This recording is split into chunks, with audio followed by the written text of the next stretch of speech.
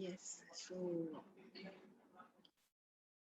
one of my clients already she is working remotely, and she is going through a lot of problems because of her remote locations, and the same as, so I want to talk about that. uh, just I was reading an article about this, and few points actually I thought would be relevant for our purpose today. Let me see if we can do so. So, are your leaders ready to lead in a hybrid workplace? So, exclusion, inequality, inefficiency, isolation. That is what my client was complaining also. And her juniors do not respond because they are in Europe. Her seniors do not respond because they are in US and she is in India. So these are few of the challenges of a hybrid workplace. To lead a high performance engaged hybrid team requires that leaders assure the employee experience is the same, whether team members are in the office 2 days a week, 5 days a week, or never. Here is how. I would like to tell her story because she has a 5 a.m. meeting. 5 a.m. for her, it is let's say very early in the morning for the juniors, and very late in the evening for the US people. So she for the seniors it is fine, but for the juniors it is kind of some problem, and she has been asking for the change of the work time for the meeting time, but they are not looking at the logic of whatever she is saying. So for the leaders, they need to emphasize inclusion. She feels very deprived. She thinks that there is a division being created. So one of the challenges of a hybrid workplace is proximity bias, which leads to the incorrect assumption that team members who are in the office are more productive than team members who are working remotely. Create a culture that supports and enables remote workers to be visible, engaged, and active contributors to the team. As she is away, so many of the time her senior pass on a comment saying that she should be removed from the project team. It is not like that. She is working hard, and she needs, of course, guidance from the seniors about and timely information so as to be able to do good in her work. That is what she is missing. Conduct all team meetings via Zoom. So this is what I suggested her, but she calls up via phone, I suppose so. So it is a problem from the employee side also. My client being the mid-career employee. So whenever I talk to her, I ask her, so if you haven't responded an email for long enough, then what you can do is you do a Zoom meeting, a meeting where some of your team members are in person and other team members are joining via video conferencing technology creates inequities.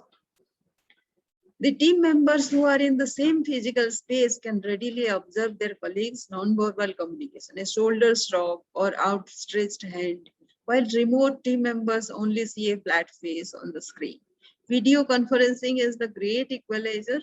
Everyone is on the same level in a small, ready bunch box, staring at each other.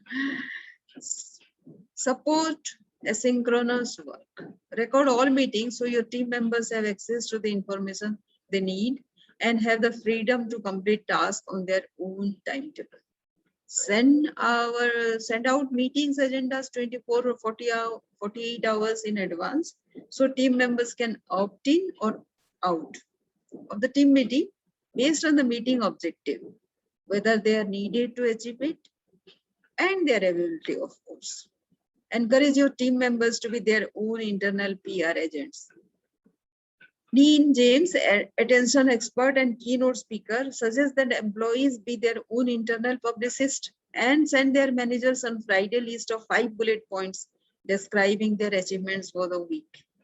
This is a great idea.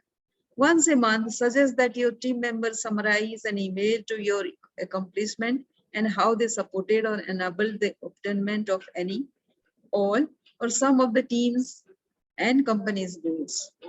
Proactively align each team member to different projects, cross-functional teams, and initiatives to combat out of sight, out of mind for your remote team members.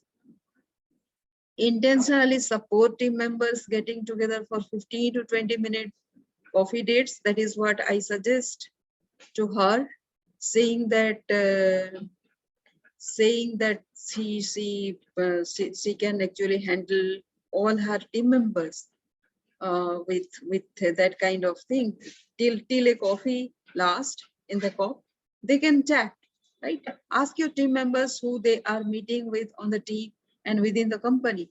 Urge them to leverage your company's technology tools to streamline meeting scheduling. Co-create work execution norms.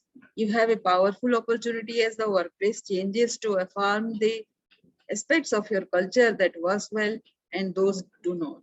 Co-create work execution norms with your team members that enable everyone's performance and engagement. Gather your team and discuss the questions below. What is the best way for us to communicate project updates, information, and urgent requests?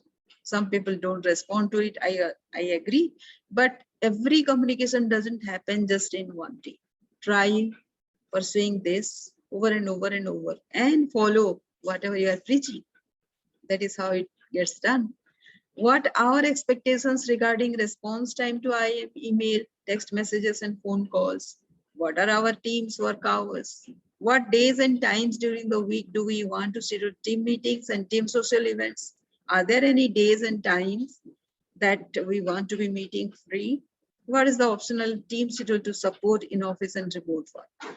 What will be our process of modifying and adjusting the schedule as individual and project needs change? How do you want to track and manage team projects? How do you want to manage information and management?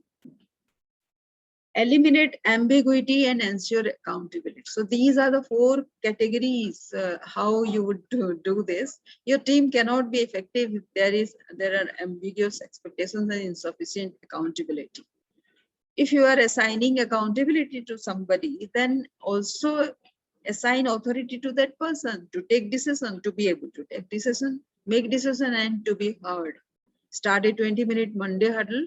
Empower your team members to align their time and energy to complete the important work versus the needs to have work. Address and eliminate rework, work that can be automated, and operational efficiency that impede productivity and performance. Ensure goals and timelines are clear. Assess your communication to determine if it passes the champagne test. You know you pass the test if your team knows when to pop the cork and celebrate the successful achievement of the goal. Identify the deadline. Does this deadline impact the team's other priorities? If so, what works must be reprioritized or eliminated? Drive accountability. Identify who has the A or is accountable for the completion of the project. Only one person can be accountable. This doesn't mean they will complete all the work. However, it does mean they are responsible and must ensure that the work is completed. Is there a clear division of tasks? Does each team member understand their specific tasks?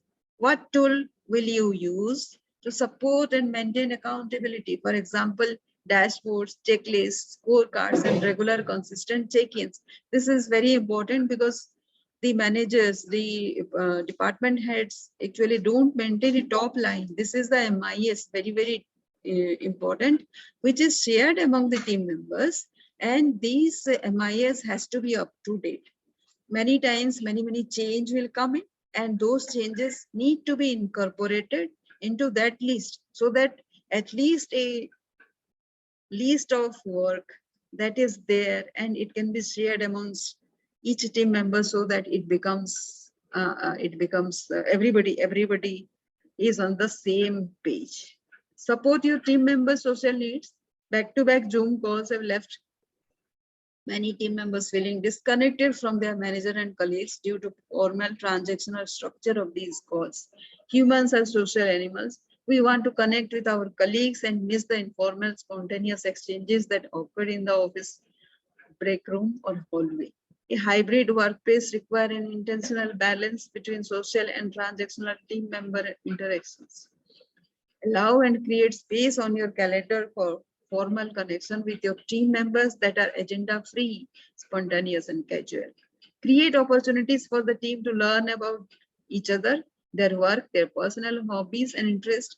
Schedule in-person team social events or activities. For example, can the team go on a hike, bike ride, or have happy hours at the local park?